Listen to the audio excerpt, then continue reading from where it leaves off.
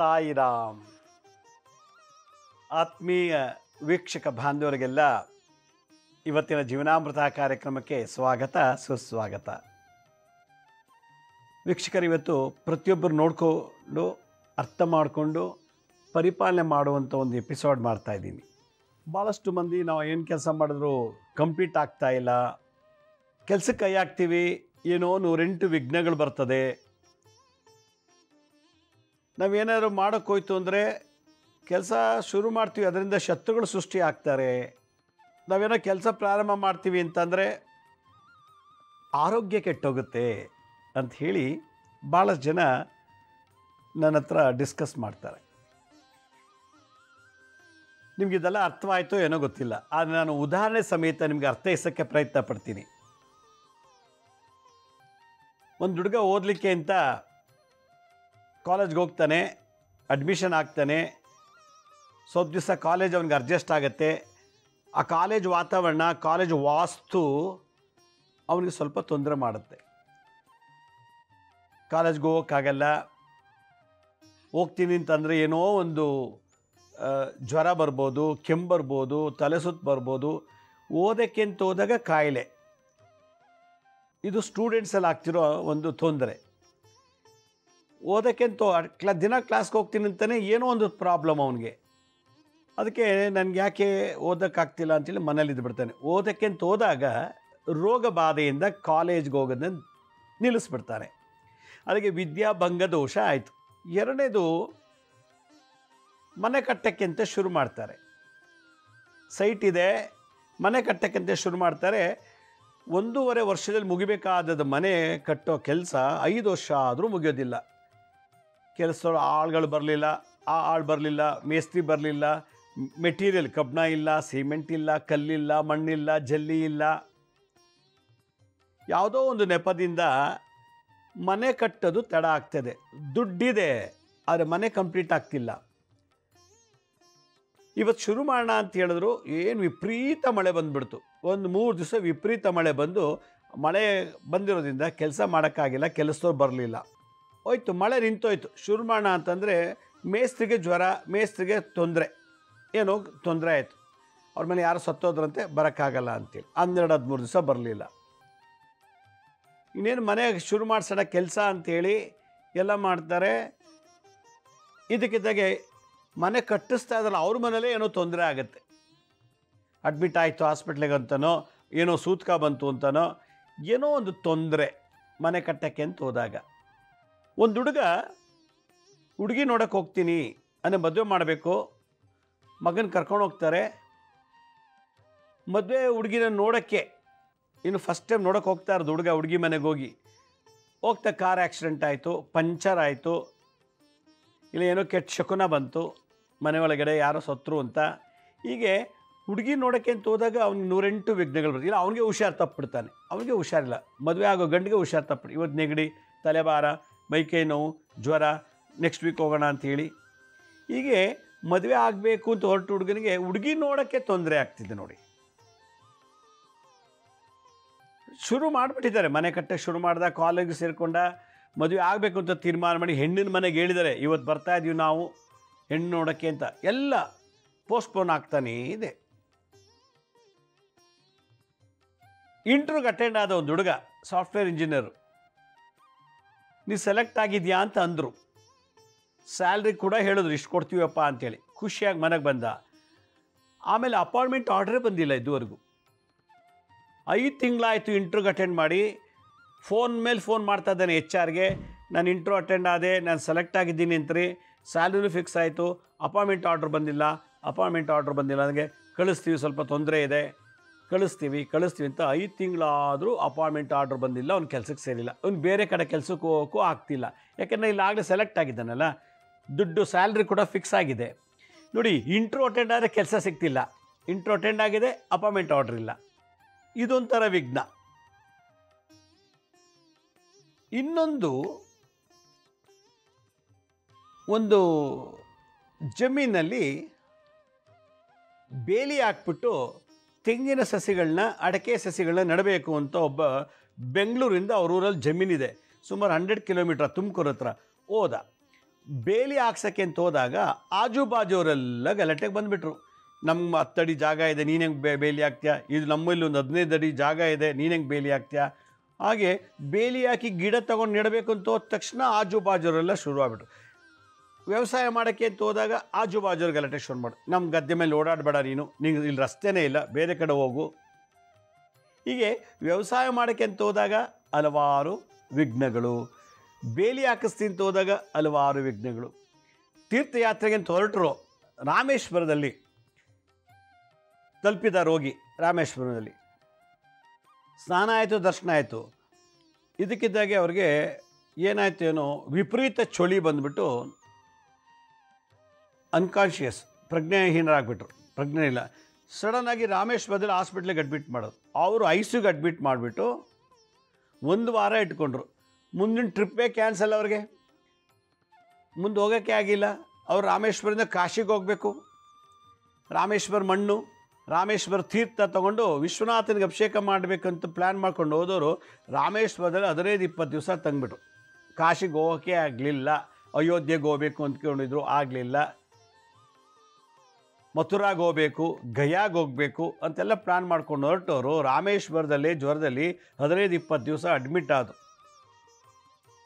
Serious ಆಗೋಯ್ತು ಅವ್ರಿಗೆ. ಪ್ರಜ್ಞೆ ಇಲ್ಲ, ಮಾತಿಲ್ಲ, ಕತೆ ಇಲ್ಲ, ಉಸಿರಾಡ್ತಿದ್ರು ವಿನ ಅವ್ರಿಗೆ ಕಣ್ಬಿಟ್ಟೆ ನೋಡಿಲ್ಲ. ಯಾತ್ರೆಗೆ ಮಾಡೋಕ್ಕೆ ಅಂತ ಹೋದವರು ರೋಗ ಬಾಧೆಲಿ ಅಡ್ಮಿಟ್ ಆಗ್ಬಿಟ್ರು. ಎಂಥ ವಿಘ್ನ, ಎಂಥ ಡಿಸ್ಟರ್ಬೆನ್ಸ್ ನೋಡಿ ಇದು. ಮದುವೆ ಮಾಡಬೇಕು, ಮಗಳು ಮದುವೆ, ಚೌಟ್ರಿ ಫಿಕ್ಸ್ ಆಯಿತು, ಊಟದವ್ರಿಗೆ ಹೇಳಾಯಿತು, ವಾದ್ಯದವ್ರಿಗೆ ಹೇಳಾಯಿತು, ಎಲ್ಲ ರೆಡಿ ಇದೆ. ನಾಳಿದ್ದು ಮಗಳು ಮದುವೆ, ಮಗಳೇ ಜಾರು ಬಿದ್ದುಬಿಟ್ಟು ಅಡ್ಮಿಟ್ ಆಗಿಬಿಟ್ಲು. ಮದುವೆನೇ ಕ್ಯಾನ್ಸಲ್ ಆಯಿತು. ಹುಡುಗನಿಗೆ ಸರಿ ಇಲ್ಲ, ಹುಡುಗನಿಂದ ನನ್ನ ಮಗಳು ತೊಂದರೆ ಆಗಿದೆ ಅಂತೇಳಿ ಎಲ್ಲ ಲಕ್ಷಾಂತರ ರೂಪಾಯಿ ಲಾಸ್ ಆಯಿತು. ಮದುವೆ ಕ್ಯಾನ್ಸಲ್ ಆಯಿತು. ಹೀಗೆ ನಾವೇನಾದ್ರು ಒಂದು ಕೆಲಸ ಪ್ರಾರಂಭ ಮಾಡಿಬಿಡ್ತೀವಿ, ಮುಗುವಾಗ ಹಲವಾರು ತೊಂದರೆ. ಇಲ್ಲಿ ನೆನ್ಪಿಟ್ಕೊಳ್ಳಿ, ಕೆಲಸ ಪ್ರಾರಂಭ ಮಾಡ್ತೀವಿ, ಮುಗಿಸುವಾಗ ಇನ್ನೇನು ಎಂಡಾಗುವಾಗ ಭಾಳಷ್ಟು ತೊಂದರೆಗಳನ್ನು ನಾವು ಅನುಭವಿಸ್ಬಿಟ್ಟು ಇದೇ ಬೇಡಪ್ಪ ಅನ್ನೋ ಜಿಗುಪ್ಸೆ ಬಂದು ನಾವು ತುಂಬ ಬೇಜಾರು ಮಾಡ್ಕೊಂಡ್ಬಿಡ್ತೀವಿ, ಡಿಪ್ರೆಷನ್ಗೆ ಹೋಗ್ಬಿಡ್ತೀವಿ. ಆದ್ದರಿಂದ ಈ ಥರ ದೋಷಗಳು ಎಲ್ಲರ ಮನೇಲೂ ಇದೆ. ಇದು ಎಲ್ರಿಗೂ ಬೇಕಾಗಿರುವಂಥ ಎಪಿಸೋಡ್ ಇದು. ಬಹುಶಃ ನಾನು ಇವತ್ತಿನ ಸಂಚಿಕೆ ಯಾವ ವಿಷಯದ ಬಗ್ಗೆ ಮಾತಾಡ್ತಿದ್ದೀನಿ ಅನ್ನೋದು ಎಲ್ರಿಗೂ ಅರ್ಥವಾಗಿದೆ. ಒಬ್ಬ ವ್ಯಾಪಾರಿ ದಿನ ಬೆಳಗ್ಗೆ ಹೋಗಿ ಪೂಜೆ ಮಾಡಿಬಿಟ್ಟು ವ್ಯಾಪಾರ ಶುರು ಮಾಡ್ತಾನೆ. 1 ವಾರ ಚೆನ್ನಾಗಿ ನಡೀತು. 2ನೇ ವಾರ 3ನೇ ವಾರಕ್ಕೆ ವ್ಯಾಪಾರನೇ ಇಲ್ಲ. ಅಲ್ಲೆಲ್ಲ ಒಂದು ಗೋಡನಲ್ಲಿ ಬೆಂಕಿ ಎತ್ಕೋತಂತೆ, ಅಷ್ಟೆಲ್ಲ ಲಾಸ್ ಆಯಿತು. ಆಮೇಲೆ ಯಾರೂ ಬಂದು ವ್ಯಾಪಾರಕ್ಕೆ ಬರ್ತಾನೇ ಇಲ್ಲ. ಎಷ್ಟೋ ಐಟಮ್ ಎಕ್ಸ್ಪೈರಿ ಡೇಟು ಮುಗಿತಾ ಬಂತು, ವ್ಯಾಪಾರನೇ ಆಗಿಲ್ಲ. ವ್ಯಾಪಾರ ಆದರೂ ಓಕೆ, ವ್ಯಾಪಾರ ಎಲ್ಲ ಎಕ್ಸ್ಪೈರಿ ಡೇಟ್ ಆಗಿರೋ ಕಾಲ್ಗೇಟ್ ಪೇಸ್ಟ್ ಅಂತೆ, ಸೋಪ್ ಅಂತ ಯಾವ್ಯಾವುದೋ ಎಕ್ಸ್ಪೈರಿ ಡೇಟ್ ಆಗಿರೋದೆಲ್ಲ ಹೋಗ್ತಾ ಇದೆ. ಅವ್ನಿಗೆ ಅದೇ ಚಿಂತೆ, ಇವೆಲ್ಲ ಲಾಸ, ನಂಗೆ ಪ್ರಾಫಿಟ್ ಎಲ್ಲಿ ಬರುತ್ತೆ, ಯಾರೂ ಬರ್ತಿಲ್ಲ, ವ್ಯಾಪಾರ ಆಗ್ತಿಲ್ಲ. ಈ ರೀತಿ ಗೊಂದಲಮಯ ವ್ಯಾಪಾರದಲ್ಲಿ ಅವನಿಗೆ ಎದುರುಗಡೆ ಅಂಗಡಿಯಲ್ಲಿ ಎಷ್ಟು ಚೆನ್ನಾಗಿ ವ್ಯಾಪಾರ ಆಗುತ್ತೆ, ಮುಂದ್ಗಡೆ ಅಂಗಡಿಯಲ್ಲಿ ಎಷ್ಟು ಚೆನ್ನಾಗಿ ವ್ಯಾಪಾರ ಆಗುತ್ತೆ, ಪಕ್ಕದ ಅಂಗಡಿಯಲ್ಲಿ ನನ್ನ ಹತ್ರಕ್ಕೆ ಯಾಕೆ ಆಗ್ತಿಲ್ಲ. ನೋಡಿ, ನಾವೇನೋ ಕೆಲಸ ಮಾಡಬೇಕಂದ್ರೆ ನಮ್ಮ ಗ್ರಹಗಳು, ನಮ್ಮ ಜಾತಕದಲ್ಲಿ, ನಮ್ಮ ಜನ್ಮರಾಶಿನಲ್ಲಿ ಗ್ರಹಗಳಿಂದ ತೊಂದರೆ ಆಗ್ತಿರ್ತದೆ. ಕೆಲವರು ಮಾಟವಂತ ತಂತ್ರ ಮಾಡಿ ನಮ್ಮ ಕೆಲಸಗಳನ್ನು ಆಗಬಾರ್ದು, ಕಂಪ್ಲೀಟ್ ಮಾಡಬಾರ್ದು ಅಂತೇಳಿ ಮಾಟಭಂಗ ಮಾಡ್ತಾರೆ. ಕೆಲವು ದೃಷ್ಟಿದೋಷ, ಅಯ್ಯೋ ಎಷ್ಟು ಚೆನ್ನಾಗಿ ಮನೆ ಕಟ್ಟಿಸ್ತಾ ಇದ್ದಾನೆ, ಅಯ್ಯೋ ಎಷ್ಟು ಚೆನ್ನಾಗಿ ವ್ಯವಸಾಯ ಮಾಡ್ತಿದ್ದಾನೆ, ಎಷ್ಟು ಚೆನ್ನಾಗಿ ಇಂಟ್ರಿಗೂ ಕೆಲಸ ಸಿಕ್ತಂತೆ, ಇನ್ನೇನು ಹೊಟ್ಟೋಗ್ತಾನೆ ಜಾಬ್ಗೆ, ಕೆಲಸ ಸೇರ್ಕೊಂಡ್ಬಿಡ್ತಾನೆ. ಈ ಥರ ಕಣ್ದೃಷ್ಟಿ, ಜನಗಳ ಕಣ್ದೃಷ್ಟಿ. 4ನೇದು, ನಾವು ಕೆಲಸ ಮಾಡೋಕ್ಕೆ ಅಂತ ಶುರು ಮಾಡಿದ್ರೆ ರೋಗದಿಂದ ನರಡ್ತೀವಿ. ನಾವು ಕೆಲಸ ಮಾಡೋಕ್ಕೆ ಅಂತ ಇಲ್ದೋದ್ರೆ ಶತ್ರುಗಳ ಸೃಷ್ಟಿ ಆಗಿಬಿಡ್ತಾರೆ. ಕೆಲಸಕ್ಕೆ ಮುಂಚೆ ಯಾರೂ ಇಲ್ಲ, ಕೆಲಸ ಶುರು ಮಾಡಿದ ತಕ್ಷಣ ಶತ್ರುಗಳೆಲ್ಲ ಸೃಷ್ಟಿಯಾಗಿಬಿಡ್ತಾರೆ. ಇನ್ನೊಂದು, ಎಲ್ಲ ಮಾಡ್ತಿರ್ತೀವಿ, ಕೊಳ್ತೋಗೋದು, ಬೆಂಕಿ ಬಿದ್ದೋಗೋದು, ಇಲ್ಲ ಕಳ್ತನ ಆಗೋದು, ಚೋರ ಭಯ, ಅಗ್ನಿ ಭಯ, ಇಲ್ಲ ಗೌರ್ಮೆಂಟವ್ರು ಬಂದು ಲಾಕ್ ಮಾಡಿಬಿಡೋದು, ಸೀಲ್ ಮಾಡಿಬಿಡೋದು. ಗೌರ್ಮೆಂಟಿಂದ ನೀನು ಟ್ಯಾಕ್ಸ್ ಕಟ್ಟಿಲ್ಲ, ನೀನು ಆ ಥರ ಮಾಡ್ತಿದ್ಯಾ ಅಂತೇಳಿ ರಾಜಭಯ. ಗೌರ್ಮೆಂಟಿಂದ ಏನಾದ್ರು ಬಂದು ತೊಂದರೆ ಕೊಟ್ಟರೆ ಅದು ರಾಜಭಯ. ಚೋರ ಭಯ ಅಂದರೆ ಕಳ್ತನದಿಂದ ನಮಗೆ ತೊಂದರೆ ಆಗ್ತಿದೆ. ಮನೆ ಕಟ್ಟೋಕ್ಕಂತ ಹೋದ ಸಿಮೆಂಟ್ ಮುಟ್ಟೆ ಹಾಕಿದ್ದಾನೆ, ರಾತ್ರಿ ಹೊತ್ತು 50 ಸಿಮೆಂಟ್ ಮುಟ್ಟೆ ಎತ್ಕೊಂಡು ಹೋಗಿದ್ದಾರೆ. ಯಾರೋ 1/2 ಟನ್ ಕಬ್ಬಣ ಎತ್ಕೊಂಡು ಹೊಟ್ಟೋಗ್ಬಿಟ್ಟಿದ್ದಾರೆ. ಸುತ್ತಮುತ್ತಲು ಮನೆ ಇಲ್ಲ, ಇನ್ನೊಂದೇ ಮನೆ ಕಟ್ಟಿಸ್ತಾ ಇದ್ದಾನೆ. ಕಬ್ಬಣ ಹೋಯ್ತು, ಸಿಮೆಂಟ್ ಹೋಯ್ತು, ಚೋರ ಭಯ. ಮನೆ ಕಟ್ತಾ ಇದ್ದಾನೆ, ಇದ್ದಕ್ಕಿದ್ದಾಗ ಶಾರ್ಟ್ ಸರ್ಕ್ಯೂಟ್ ಆಗಿಬಿಟ್ಟು ಅವನು ಯಾವನಲ್ಲಿ ಬಿದ್ದು ಸತ್ತೋದಂತೆ. ಅಗ್ನಿ ಭಯ. ಹೀಗೆ ಯಾಕಾದ್ರೂ ನಾನು ಮನೆ ಕಟ್ತಾ ಇದ್ದೀನಿ. ಈ ಥರದ್ದೆಲ್ಲ ದೋಷಗಳು ನಾವು ಕೆಲಸ ಮಾಡೋಕ್ಕೆ ಪ್ರಾರಂಭ ಮಾಡಿದಾಗ ಕಾಣ್ತದೆ. ಅಲ್ಲಿವರೆಗೂ ಸುಮ್ಮನೆ ಇರುತ್ತೆ. ಕಾರಣ ಪೂರ್ವ ಜನ್ಮದಲ್ಲಿ ನಾವು ಯಾವುದೇ ವೃತ್ತಿಗೆ ಕೆಲಸ ಮಾಡೋನು, ಬಿಸ್ನೆಸ್ ಮಾಡೋನಾಗಿರ್ಬೋದು, ಸ್ಟೂಡೆಂಟ್ ಆಗಿರ್ಬೋದು, ಅಥವಾ ಯಾವುದೇ ವ್ಯಕ್ತಿಗೆ ಹೆಂಗಸಾಗಲಿ ಗಂಡಸಾಗಲಿ ನಾವು ಮಾಟಮಂತ್ರ ತಂತ್ರ ಪ್ರಯೋಗ ಮಾಡಿದ್ರು ಜನ್ಮದಲ್ಲಿ, ಅಥವಾ ಆ ಕೆಲಸಕ್ಕೆ ತೊಂದರೆ ಕೊಟ್ಟಿದ್ದರೆ ಆ ಕರ್ಮ ನಮ್ಮ ಅಕೌಂಟಲ್ಲಿ ಇರ್ತದೆ. ಈಗ ನಾವು ಉಟ್ಬಿಟ್ಟಿದ್ದೀವಿ, ಬೆಳೆದಿದ್ದೀವಿ. ಜನ್ಮ 40ನೇ ವಯಸ್ಸಿಗೆ ನಾನು ಮಾಟಮಂತ್ರ ಮಾಡಿ ತೊಂದರೆ ಮಾಡಿದ್ದೆ ಮನೆ ಕಟ್ಟಕ್ಕೆ. ಈಗ ನಾನು ಮನೆ ಕಟ್ಟಕ್ಕೆ ಶುರು ಮಾಡಿದೆ ಈ ಜನ್ಮದಲ್ಲಿ 40ನೇ ವಯಸ್ಸಿನಲ್ಲಿ. ಆ ಕರ್ಮ ನನ್ನ ಅಕೌಂಟಲ್ಲಿತ್ತು. ಜನ್ಮ 40ನೇ ವಯಸ್ಸಲ್ಲಿ ಮಾಡಿದಂಥ ಮಾಟ ಮಂತ್ರದ ಕರ್ಮದ ಫಲ ಈಗ ನನಗಂದು ತೋರಿಸ್ತಾ ಇದೆ. ಜನ್ಮದಲ್ಲಿ ಯಾವುದೋ ಮನೆಯಲ್ಲಿ ಮನೆ ಕಟ್ಟುವಾಗ ನಾನು ಒಂದು ಸಿಮೆಂಟು ಕಬ್ಬಣಲ್ಲಿ ಎತ್ಕೊಂಡ್ಬಂದುಬಿಟ್ಟಿದ್ದೆ ಜನ್ಮದಲ್ಲಿ. ಯಾವಾಗ ಒಂದು 50ನೇ ವಯಸ್ಸಲ್ಲೋ 45ನೇ ವಯಸ್ಸಿನಲ್ಲಿ ಆ ಕರ್ಮ ಅಕೌಂಟಿಗೆ ಬಂತು, ನನ್ನ ಅಕೌಂಟಲ್ಲಿದೆ. ನನಗೆ ಏಜ್ ಆಗಲಿ, ಮನೆ ಕಟ್ಟಲಿ ಅಂತ ಕಾಯ್ತಾ ಇದೆ. ನಾನು ಮನೆ ಕಟ್ಟಕ್ಕೆ ಶುರು ಮಾಡಿದೆ. 45ನೇ ವರ್ಷಕ್ಕೆ ಸಿಮೆಂಟು ಕಬ್ಬಣ ಅಲ್ಲಿ ಕದ್ದಿದ್ದೆ. ಸಿಮೆಂಟು ಸೂರ್ಯ, ಕಬ್ಬಣ ಶನಿ ಗ್ರಹ.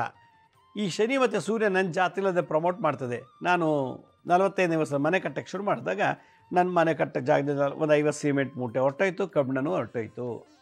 ಅದರಿಂದ ನಾವು ಯಾವುದೇ ಕೆಟ್ಟ ಕೆಲಸ ಜನ್ಮ ಇನ್ನೊಬ್ಬರಿಗೆ ಮಾಡಿದರೆ, ವ್ಯಾಪಾರದ ವಿಷಯದಲ್ಲೇ ಆಗಲಿ, ಆರೋಗ್ಯದ ವಿಷಯದಲ್ಲೇ ಆಗಲಿ, ಮದುವೆ ವ್ಯವಹಾರದಲ್ಲೇ ಆಗಲಿ, ಶುಭ ಕಾರ್ಯಗಳಲ್ಲೇ ಆಗಲಿ, ವಿದ್ಯಾಭ್ಯಾಸದಲ್ಲೇ ಆಗಿರಲಿ, ಯಾತ್ರೆ ಮಾಡೋಕ್ಕೆ ಹೊರಟಾಗ ನಾವು ತೊಂದರೆ ಕೊಟ್ಟಿದ್ದರೆ, ಈ ಥರದ್ದೆಲ್ಲ ದೋಷಗಳು ಈಗ ನಮಗೆ ಜನ್ಮದ ಕರ್ಮ ನಮ್ಮ ಅಕೌಂಟಲ್ಲಿದ್ದಾಗ ಆ ಏಜು ಬಂದಾಗ ಅದಕ್ಕೆ ಸಂಬಂಧಪಟ್ಟಂಥ ಗ್ರಹ ನಮಗೆ ಅದು ಪ್ರಚೋದನೆ ಮಾಡಿ ಬಿಟ್ಬಿಡುತ್ತೆ.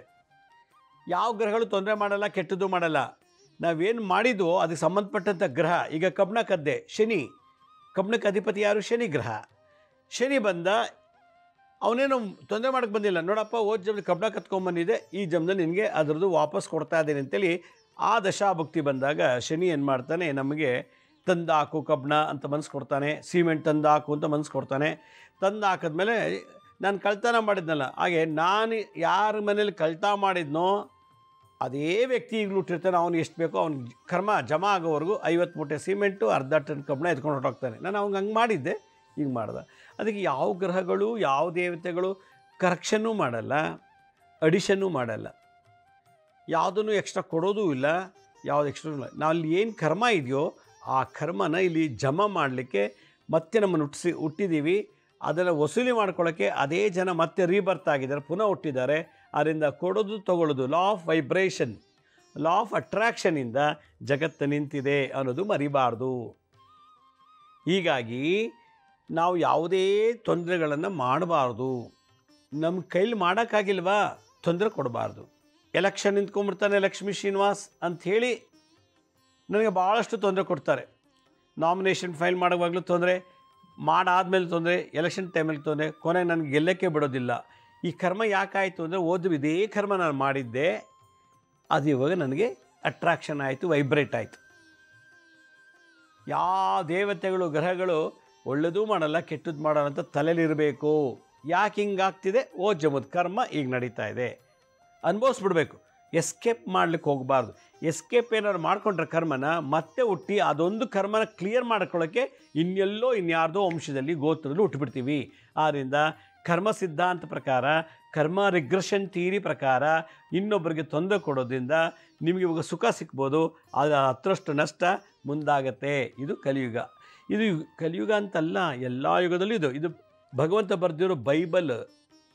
ಭಗವಂತ ಬರೆದಿರೋ ಇದು ಒಂದು rules regulations, standard operating procedures ಅಂತಾರೆ. ಕರ್ಮ ಸಿದ್ಧಾಂತ ಬರೆದಿಟ್ಬಿಟ್ಟಿದ್ದಾರೆ. ಇಂಥವ್ರು ಹಿಂಗೆ ಮಾಡಿದ್ರೆ ಹಿಂಗೆ ಆಗಬೇಕು, ಇಂಥವ್ರು ಹಿಂಗೆ ಮಾಡಿದಾಗ ಇಂಥ ಗ್ರಹದಿಂದ ಆ ಏಜಿಗೆ ತೊಂದರೆ ಕೊಡಬೇಕು. ಅದಕ್ಕೆ ಗ್ರಹಗಳು ನಮ್ಮನ್ನು ಮಾನಿಟ್ರ್ ಮಾಡ್ತಿರ್ತಾರೆ. ನಮ್ಮ ಆಗು ಹೋಗುಗಳನ್ನು ಟ್ರ್ಯಾಕ್ ಮಾಡೋರು ಯಾರು? ನವಗ್ರಹಗಳು. ಯಾಕೆ? ಜನ್ಮದಲ್ಲಿ ಒಳ್ಳೇದು ಮಾಡಿದ್ಯಾ, ಆ ಗ್ರಹ ಈಗ ಬಂದು ಒಳ್ಳೇದು ಮಾಡಿಕೊಡುತ್ತೆ. ಯಾವ ಗ್ರಹ? ಅದು. ಜನ್ಮ ಕೆಟ್ಟದ್ದು ಮಾಡಿದ್ಯಾ, ಅದಕ್ಕೆ ಸಂಬಂಧಪಟ್ಟಂಥ ಗ್ರಹದ ಕಾರಕತ್ವ ಯಾವ ಗ್ರಹ ಇದೆಯೋ ಅದು ಬರುತ್ತೆ, ನಮಗೆ ಕೆಟ್ಟದ್ದು ಮಾಡಿಕೊಟ್ಬಿಟ್ಟು ಹೊಟ್ಟೋಗುತ್ತೆ. ಆದ್ದರಿಂದ ಯಾವುದಕ್ಕೂ ಚಿಂತೆ ಮಾಡೋಂಗಿಲ್ಲ. ಹಿಂದೆ ಮಾಡಿದ್ದೆ, ಈಗ ಅನುಭವಿಸಿದ್ದೀನಿ. ಒಳ್ಳೆ ದಾನ ಮಾಡಿದ್ದೆ, ಇವಾಗ ನಂಗೆ ಒಳ್ಳೆ ಸುಖ ಸಿಕ್ಕಿದೆ, ಅಲ್ಲಿ ದಾನ ಕೊಡದೆ ಎಲ್ರಿಗೂ ತೊಂದರೆ ಕೊಟ್ಟಿದೆ, ಈಗ ಒಂದು ತುತ್ತು ಅನ್ನಕ್ಕೆ ತೊಂದರೆ, ಒಂದು ತುಂಡು ಬಟ್ಟೆಗೆ ತೊಂದರೆ, ಇರೋಕ್ಕೆ ಮನೆ ಇಲ್ಲ. ಈ ಥರದ್ದೆಲ್ಲ ದೋಷಗಳನ್ನು ಭಗವಂತ ಸೃಷ್ಟಿನೂ ಮಾಡಲ್ಲ, ಗ್ರಹಗಳು ಮಾಡಲ್ಲ, ನಾವು ಮಾಡಿದ್ವಿ ಅದು ವಾಪಸ್ ಇವಾಗ ಕೊಡ್ತಾ ಇದೆ. ಇದೇ ಕರ್ಮ ಸಿದ್ಧಾಂತ. ಯಾವ ಕೆಲಸದಲ್ಲಿ ಯಾವ ತೊಂದರೆ ಇಲ್ಲದೇ ಪ್ರಾರಂಭ ಮಾಡಿಬಿಡ್ತೀವಿ, ಆದರೆ ಮುಗಿಯೋಷ್ಟರೊಳಗೆ ಹಲವಾರು ದೋಷಗಳು, ಶತ್ರುಗಳು ಸೃಷ್ಟಿ ಆಗ್ಬೋದು, ಆರೋಗ್ಯ ಕೆಟ್ಟೋಗ್ಬೋದು, ಕೆಲಸ ಮಾಡೋಕ್ಕೆ ಹಲವಾರು ಅಡೆತಡೆಗಳು ಬರ್ಬೋದು. ಈ ಥರ ದೋಷ ಬರಬಾರ್ದು ಅಂದರೆ ನಾವು ಯಾವುದಾದ್ರು ಕೆಲಸ ಪ್ರಾರಂಭ ಮಾಡೋಕ್ಕೆ ಮುಂಚೆ ಮನೋಸಂಕಲ್ಪ ಮಾಡಬೇಕು, ಮನಸ್ಸಿನಲ್ಲಿ ಸಂಕಲ್ಪ ಮಾಡಬೇಕು. ಪೂರ್ವ ಜನ್ಮದ ಕರ್ಮದಿಂದ ನಾ ಮಾಡೋ ಕೆಲಸಕ್ಕೆ ತೊಂದರೆ ಬರ್ಬೋದು, ಪ್ರಕೃತಿ ಅಡ್ಡ ಬರ್ಬೋದು, ಅಥವಾ ಶತ್ರುಗಳು ಬರ್ಬೋದು, ನನ್ನೊಳಗೆ ಆರೋಗ್ಯ ಕೆಟ್ಟೋಗ್ಬೋದು. ಇದನ್ನೆಲ್ಲ ಬದಿಗಿಟ್ಟು ನನ್ನ ಕೆಲಸವನ್ನು ಸಕ್ಸಸ್ಫುಲ್ಲಾಗಿ ಮಾಡಿ ಅದರ ಫಲಪ್ರಾಪ್ತಿಯಾಗಲಿ ಅಂಥೇಳಿ ನಾವು ಯಾರದಕ್ಕೆ ಮಾಡ್ಬೋದ್ರೆ, ಪ್ರಕೃತಿನಲ್ಲಿ ಅಶ್ವತ್ಥ ಮರ, ಆಲದ ಮರ, ಅರಳಿ ಮರ, ಯಾವುದಾದ್ರು ಒಂದು ಮರ, ಅಶ್ವತ್ಥ ಮರ, ವಟವೃಕ್ಷ, ಅರಳಿ ಮರನೇ ತಗೊಳ್ಳಿ. ಈಗ ಅರಳಿ ಮರ ಎಲ್ಲ ಕಡೆ ಸರ್ವೇ ಸಾಮಾನ್ಯವಾಗಿ ದೇವಸ್ಥಾನಗಳಲ್ಲಿ ಮತ್ತು ಎಲ್ಲ ಜಾಗದಲ್ಲೂ ಇರ್ತದೆ. ಅರಳಿ ಮರದಲ್ಲಿ ಭಗವಂತ ಮಹಾವಿಷ್ಣುವಿನ ಒಂದು ಅಂಶ ವಾಸ ಆಗುತ್ತೆ ಅಂತ ಹೇಳುತ್ತೆ. ಅರಳಿ ಮರಕ್ಕೆ ನಾವು ದಿನ ಬೆಳಗ್ಗೆ ಎದ್ದು, ನೀವು ಯಾವುದು ಹೆಣ್ಣು ನೋಡೋಕ್ಕೆ ಹೋಗ್ತಿರೋ, ಎಜುಕೇಷನ್ಗೆ ಹೋಗ್ತಿರೋ, ಅಥವಾ ಕೆಲಸ ಸೇರ್ಕೊಳ್ಳೋಕೆ ಹೋಗ್ತಿರೋ, ಯಾವುದೋ ಒಂದು ಕೆಲಸ ಅಡ್ಡ ನಿಂತಿದೆ, ನಿಮ್ಗೆ ಅಡ್ಡ ಆಗ್ತಾಯಿದೆ, ಈಗ ಮಾಡೋಕ್ಕಾಗ್ತಿಲ್ಲ, ನಿಮ್ಮ ಕೈಲಿ ಹಣ ಇದೆ, ಜನಬಲ ಇದೆ, ಯಾವುದೋ ಒಂದು ತೊಂದರೆಯಿಂದ ನಿಂತೋಗಿದೆ. ಅದು MP ಗೊತ್ತು, MLA ಗೊತ್ತು, ಮಿನಿಸ್ಟ್ರು ಗೊತ್ತು, ಎಲ್ಲ ಗೊತ್ತು, ದುಡ್ಡಿದೆ, ಆದರೆ ನನ್ನ ಕೆಲಸ ಮಾಡೋಕ್ಕಾಗ್ತಿಲ್ಲ. ಯಾವುದೋ ಒಂದು ಗ್ರಹದ ದೋಷ, ಗ್ರಹದಿಂದ ಮಾಡಿದ ಪೂರ್ವ ಕರ್ಮ, ಆ ಕರ್ಮಕ್ಕೆ ಸಂಬಂಧಪಟ್ಟಂಥ ಗ್ರಹ ಬಂದು ತಡೀತಾ ಇದೆ. ಅದಕ್ಕೇನು ಮಾಡಬೇಕು, ಅರಳಿ ಮರಕ್ಕೆ ನೀವು ಏನು ಮಾಡಬೇಕು, ಬೆಳಗ್ಗೆ ಎದ್ದು ಸ್ನಾನ ಮಾಡಿ, ಫಸ್ಟು ಮಲಮೂತ್ರ ವಿಸರ್ಜನೆ ಮಾಡಬೇಕು, ಸ್ನಾನ ಮಾಡಬೇಕು, ಪರಿಶುದ್ಧ ಆದಮೇಲೆ ಒಳ್ಳೆ ಬಟ್ಟೆ ಹಾಕ್ಕೊಂಡು ಒಂದು ಚೊಂಬು ನೀರು, ಅದಕ್ಕೊಂದು ಸ್ವಲ್ಪ ಹಾಲು, ಒಂದಷ್ಟು ತುಳಸಿ, ಚಂದ್ರ ನೀರು, ಹಾಲು ಚಂದ್ರನೇ, ತುಳಸಿ 9 ಗ್ರಹಗಳು ಸೇರುವ ಒಂದು ಅಂಶ ಅದು. ಆ ತುಳಸಿ ದಳ ಒಂದು 10-15 ತುಳಸಿ ದಳ ಒಂದು ಚೊಂಬು ನೀರಿಗೆ ಒಂದು ಅರ್ಧ ಅಥವಾ 1/4 ಲೀಟ್ರು ಹಾಲನ್ನ ಮಿಕ್ಸ್ ಮಾಡಿಬಿಟ್ಟು ಕೈಲಿ ತೊಗೊಂಡೋಗಿ ಕೈಲಿ ಇಟ್ಕೊಂಡು ಆ ಚೊಂಬನ್ನ ಆ ಅರಳಿ ಮರಕ್ಕೆ, ಅರಳಿ ಮರ ಎಲ್ಲ ಆಲದ ಮರಕ್ಕೂ ಮಾಡ್ಬೋದು, ತಪ್ಪೇನಿಲ್ಲ. ಅರಳಿ ಮರಕ್ಕೆ ಕೈ ಹಿಂಗೆ ಚೊಂಬಿಟ್ಕೊಂಡು 108 ಸುತ್ತ ಪ್ರದಕ್ಷಿಣೆ ಮಾಡಬೇಕು ಆ ಮರಕ್ಕೆ. ಓಂ ನಮಸ್ತೆ ಕಲ್ಪವೃಕ್ಷಾಯ, ಕೇಳಿದ್ದನ್ನು ಕೊಡುವಂಥ ವೃಕ್ಷ ಅರಳಿ ಮರ.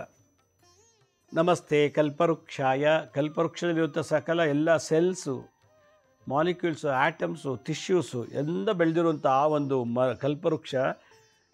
ಚಿಂತಿತಾರ್ಥ ಪ್ರದಾಯ ಚ, ನಾನೇನು ಚಿಂತನೆ ಮಾಡ್ತಾಯಿದ್ದೀನಿ, ಮದುವೆ ನೋಡೋಕೆ, ಹೆಣ್ಣು ನೋಡೋಕೆ ಹೋಗ್ತಾಯಿದ್ದೀನಿ, ಕೆಲಸಕ್ಕೆ ಹೋಗ್ತಾಯಿದ್ದೀನಿ, ಓದ್ತಾಯಿದ್ದೀನಿ, ವ್ಯಾಪಾರ ಮಾಡೋಕ್ಕೆ ಹೋಗ್ತಾಯಿದ್ದೀನಿ.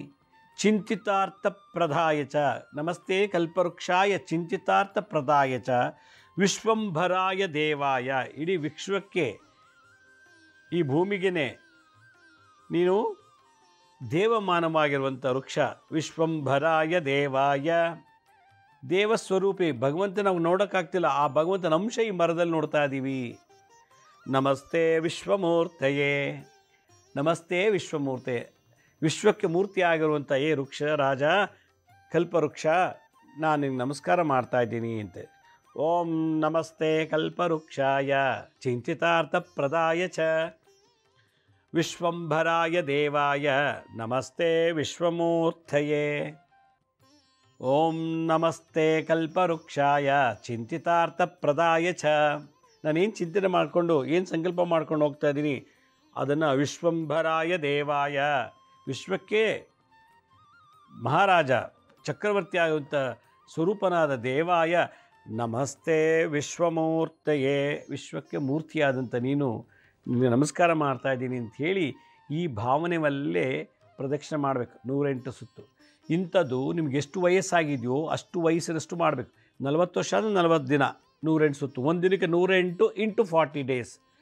30 ವರ್ಷ ಅಂದರೆ 30 ದಿವಸ, ದಿನಕ್ಕೆ 108. ಇದು ಮಾಡ್ತಾ ಬಂದರೆ ಆ ಕಲ್ಪವೃಕ್ಷ ಸ್ವರೂಪಿಯಾದಂಥ ಜಗತ್ ಸ್ವರೂಪನಾದಂಥ ಸರ್ವವ್ಯಾಪಿಯಾದಂಥ ಮಹಾವಿಷ್ಣು ನಿಮ್ಮ ಆ ಪೂರ್ವಜನ್ಮದ ಗ್ರಹದೋಷನ ಆ ಕರ್ಮನ ಅಳಿಸಿ ನಿಮಗೆ ರಾಜಯೋಗ ಪ್ರಾಪ್ತಿ ಮಾಡಿ. ಇದೇ ಪ್ರಾಯಶ್ಚಿತ್ತ. ಪೂರ್ವಜನ್ಮದ ಮಾಡಿದ ಕರ್ಮಕ್ಕೆ ಇವತ್ತು ದೇಹದಂಡನೆ. ಪ್ರಾಯಶ್ಚಿತ್ತ ಏನು? ದೇಹದಂಡನೆ ಪ್ರದಕ್ಷಿಣೆ ಮಾಡಬೇಕು. ಎಷ್ಟು? 108 ಸುತ್ತು. ಎಷ್ಟು ದಿವಸ ನಿಮ್ಗೆ ಎಷ್ಟು ವಯಸ್ಸಿದೆ ಅಷ್ಟು. ಹೆಂಗಸು ಮುಟ್ಟಾಗಿದ್ದರೆ ಅದ್ರಲ್ಲಿ 6 ದಿನಕ್ಕೆ ಮೈನಸ್ ಮಾಡಬೇಕು. 6 ದಿನ ಮಾಡೋಂಗಿಲ್ಲ, ಮತ್ತೆ ಪ್ರಾರಂಭ ಮಾಡಬೇಕು. ಈ ಥರ ಮಾಡ್ತಾ ಬಂದರೆ ನಿಮಗೆ ಯಾವ್ಯಾವುದು ಕೆಲಸ ಪ್ರಾರಂಭ ಆಗಿ ನಿಂತೋಗಿದೆ, ಆದ್ದರಿಂದ ಡಿಪ್ರೆಷನ್ಗೆ ಹೋಗಿದ್ದೀರಾ, ತುಂಬ ದುಃಖದಲ್ಲಿದ್ದೀರಾ, ಅದನ್ನೆಲ್ಲ ವಿಶ್ವಮೂರ್ತಿಯಾದಂಥ ಮಹಾವಿಷ್ಣು ಇದನ್ನು ನಿವಾರಣೆ ಮಾಡ್ತಾರೆ ಅಂಥೇಳಿ ಇದು ಶ್ರೀಮದ್ ಭಾಗವತದಲ್ಲಿ ಬರ್ತೋಂಥ ಒಂದು ಮಂತ್ರ ಇದು. ಓಂ ನಮಸ್ತೆ ಕಲ್ಪವೃಕ್ಷಾಯ. ದೇವಲೋಕದಲ್ಲಿರುವಂಥ ಕಲ್ಪವೃಕ್ಷಕ್ಕೆ ಏನು ಶಕ್ತಿ ಎನರ್ಜಿ ಇದೆಯೋ ಅದಿಷ್ಟು ಅರಳಿ ಮರದಲ್ಲಿದೆಯಂತೆ. ಚಿಂತಿತಾರ್ಥ ಪ್ರದಾಯ ಚ, ನಾನೇನು ಅಂದ್ಕೊಂಡಿನೋ ಅದು ಪ್ರಾಪ್ತಿ ಮಾಡು. ವಿಶ್ವಂಬರಾಯ ದೇವಾಯ, ವಿಶ್ವಕ್ಕೆ ಅಧಿಪತಿಯಾಗುವಂಥ ದೇವಸ್ವರೂಪಿಯಾದ ನಮಸ್ತೆ ವಿಶ್ವಮೂರ್ತಯೇ. ಈ ಮಂತ್ರನ ಇದು ಹೇಳ್ತಾ ಇದ್ದರೆ ಯಾವುದೇ ವಿಘ್ನಗಳಿಲ್ದಾನೆ. ಇದು ಗಣಪತಿ ಮಂತ್ರ ಅಲ್ಲ, ಗಣಪತಿಗೆ ವಿಘ್ನ ಮಂತ್ರಗಳು ಬೇಕಾದಷ್ಟಿದೆ, ನೀವು ವಿಘ್ನ ನಿವಾರಣೆ ಮಾಡುವಂಥದ್ದು. ಇದು ಭಾಳ ವಿಶೇಷವಾದಂಥದ್ದು, ವೃಕ್ಷಕ್ಕೆ ಬರೆದಿಟ್ಟಿರುವಂಥ ಮಂತ್ರ. ಇದು ಯಾರು ಬರೆದ್ರೂ ಗೊತ್ತಿಲ್ಲ, ಭಾಗವತದಲ್ಲಿ ಬರ್ತದೆ. ಇದು ಶ್ರೀಮದ್ ಭಾಗವತದಲ್ಲಿ ಇದೊಂದು ವಿಷ್ಣು ಬಗ್ಗೆ ಬಂದಾಗ ಇದೊಂದು ಮಂತ್ರ ಬರ್ತದೆ. ಓಂ ನಮಸ್ತೆ ಕಲ್ಪವೃಕ್ಷಾಯ ಚಿಂತಿತಾರ್ಥ ಪ್ರದಾಯ ಚ ವಿಶ್ವಂಭರಾಯ ದೇವಾಯ ನಮಸ್ತೆ ವಿಶ್ವಮೂರ್ತಯೇ. ಇದನ್ನು ಮಾಡಿ ನೀವು ಏನೇನು ಕೆಲಸಗಳು ಅಡ್ಡಗಳು ಆಗ್ತಿದೆಯೋ, ಕೆಲಸ ಪ್ರಾರಂಭ ಆಗಿ ಅಡ್ಡಿ ತಡೆಗಳಿತ್ತು ಇದು ಮಂತ್ರದಿಂದ ನಿವಾರಣೆ ಮಾಡ್ಕೋಬೋದು. ಇದೇ ತಂತ್ರ. ಒಂದು ಚೊಂಬಲ್ಲಿ ನೀರು, ಅದಕ್ಕೊಂದು 1/4 ಲೀಟ್ರ್ ಹಾಲು, ಒಂದು 10-15 ತುಳಸಿ ದಳ ಹಾಕ್ಬಿಟ್ಟು ಕೈಲಿಟ್ಕೊಂಡು ಪ್ರದಕ್ಷಿಣೆ ಮಾಡಿ ಈ ಮಂತ್ರ 108 ಸಲ ಆದಮೇಲೆ 109 ಸುತ್ತಿಗೆ ಬುಡಕ್ಕೆ ಹಾಕ್ಬಿಟ್ಟು ಒಂದು 5 ನಿಮಿಷ ಮರ ಇಟ್ಕೊಂಡು ಪ್ರಾರ್ಥನೆ ಮಾಡ್ಕೊಂಡು ಬಂತು ಅಂದರೆ ಹೋಗ್ತಾ ನೀವು ಪ್ರದಕ್ಷಿಣೆ ಮಾಡ್ತಾ ನಿಮ್ಗೆಲ್ಲ ಸಕ್ಸಸ್ ಆಗುತ್ತೆ. ಇದು ನನ್ನ ಕಡೆಯಿಂದ ಕೊಡುವಂಥ ಒಂದು ವಿಶೇಷ. ಹಣ ಇಲ್ಲ, ಬಂಡವಾಳ ಇಲ್ಲ, ಎಂಥದ್ದು ಇಲ್ಲ. ಆದರೆ ಶ್ರದ್ಧೆಯಿಂದ ಬೆಳಗ್ಗೆ ಎದ್ದು ಹೋಗಿ ಪ್ರದಕ್ಷಿಣೆ ಮಾಡಬೇಕು. ಅದೇ ಇನ್ವೆಸ್ಟ್ಮೆಂಟ್ ಮಾಡಿದ್ದೆ ಆದರೆ ಇಡೀ ಜಗತ್ತೇ ನಿಮ್ಗೆ ವಶೀಕರಣ ಆಗುತ್ತೆ ಅಂತ ಹೇಳ್ತಾ ಇವತ್ತಿನ ಸಂಚಿಕೆಯನ್ನು ಮುಗಿಸ್ತಾ ಇದ್ದೀನಿ. ನಮ್ಮ ಹಳೆಯ ಸಂಚಿಕೆಗಳು ಯಾರು ನೋಡೋಕ್ಕಾಗಿಲ್ವೋ ಅವರು ನಮ್ಮ ಶಿರಡಿ ಸಾಯಿ ಭಿಕ್ಷಾ ಕೇಂದ್ರ ಮತ್ತು ಹೆಲ್ತ್ ಸೈನ್ಸ್ ಅಂತ 2 ಯೂಟ್ಯೂಬ್ ಚಾನಲ್ ಇದೆ. ಈ ಜೊತೆಗೆ SSVK ಜ್ಞಾನೋದಯ ಅಂತ ಒಂದು ಮ್ಯೂಸಿಕ್ ಚಾನಲ್ ಇದೆ. 3ಕ್ಕೆ ಸಬ್ಸ್ಕ್ರೈಬ್ ಮಾಡ್ಕೊಳ್ಳಿ, ಪಕ್ಕದ ಬೆಲ್ ಬಟನ್ ಪ್ರೆಸ್ ಮಾಡಿ, ನೋಡಾದ್ಮೇಲೆ ಲೈಕನ್ನು ಬಟನ್ ಪ್ರೆಸ್ ಮಾಡಿ. ಆಮೇಲೆ ಆ ಲಿಂಕನ್ನು ನಿಮ್ಮ ಬಂಧು ಮಿತ್ರರಿಗೆ ವಾಟ್ಸಪ್ ಮುಖಾಂತರ, ಇಮೇಲ್ ಮುಖಾಂತರ ಶೇರ್ ಮಾಡಿ. ಗುರುಜಿ ಲಕ್ಷ್ಮೀ ಶ್ರೀನಿವಾಸ್ ಅಂತೇಳಿ ಫೇಸ್ಬುಕ್ಕು, ಇನ್ಸ್ಟಾಗ್ರಾಮು, ಟ್ವಿಟ್ಟರಲ್ಲಿ ಕೂಡ, ಲಿಂಕ್ಡ್ಇನ್ನಲ್ಲಿ ಕೂಡ ನಾವು ಟೈಮ್ ಟು ಟೈಮ್ ಅಪ್ಲೋಡ್ ಮಾಡ್ತಿರ್ತೀವಿ. ಅಪಾಯಿಂಟ್ಮೆಂಟ್ಸ್ ಬೇಕಿದ್ದರು www.lakshmisrinivas.in ಅಂತ ನೀವೇ ಲಾಗಿನ್ ಆಗಿ ಯಾವ ಡೇಟು ಯಾವ ಟೈಮ್ಗೆ ನೀವು ಅಪಾಯಿಂಟ್ಮೆಂಟ್ ಬುಕ್ ಮಾಡ್ಕೋಬೋದು ಅಂತ ಹೇಳ್ತಾ ಇವತ್ತಿನ ಸಂಚಿಕೆಯನ್ನು ಮುಗಿಸ್ತಾ ಇದ್ದೀನಿ. ಎಲ್ರಿಗೂ ನಮಸ್ಕಾರ. ಸಾಯಿರಾಮ್.